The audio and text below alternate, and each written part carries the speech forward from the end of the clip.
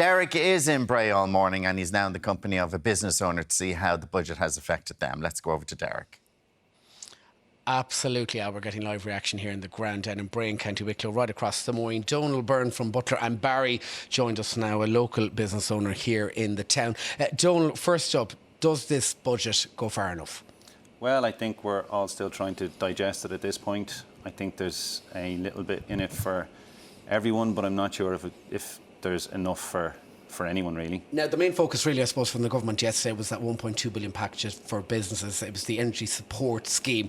Up to 40% now of your bill is covered. Well, that's a help. We certainly welcome it. We would like to see the devil in detail per se, but when we're dealing with bills that have almost trebled year on year, it's still a small amount in relation to the overall business costs. And what are you talking now in terms of your energy bills? What are they per month? Well, we're certainly, without getting into too much commercial sensitivity, we certainly would qualify for the support scheme on the basis of it being on 50% increase bills year on year. So our bills are very, very high. Very, very high. Now let's get into that VAT rate, 9% for hospitality. That is expiring the end of February. Will you get a bounce out of that for next year? How do you feel about that? Well, I think we're very disappointed in relation to the VAT rate as well, because we feel that we're still an industry still in recovery. We've been hammered really since March 2020. The VAT rate has been a massive help. The fact that it's only here till the end of February next year, and then from the 1st of March it increases by 50%, we are fearful that that will be a cost that businesses will not be able to absorb on top of everything else. In terms of your staff then, are you facing job losses down the line? Is this where we're at with your businesses?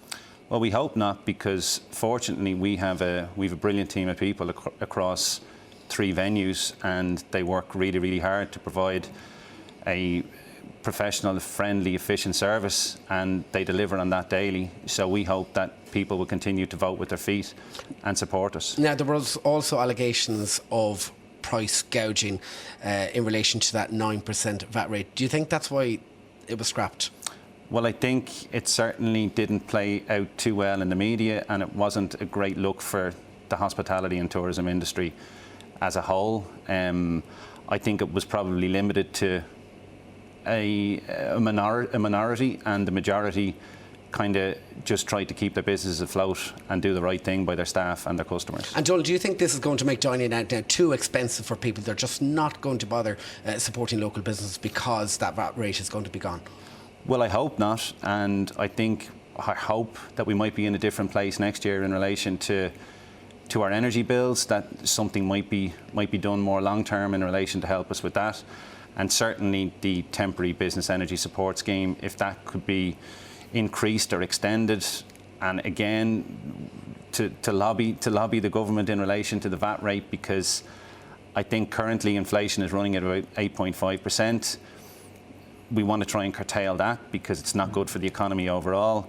And realistically, and to be truthfully honest about it, businesses cannot afford to absorb that extra 50% increase, and it will be passed on. All right, John, well, thank you so much for chatting to us here this morning. So there we have it, tight margins, a squeeze on staff, and a very turbulent winter ahead. Back to you guys in the studio.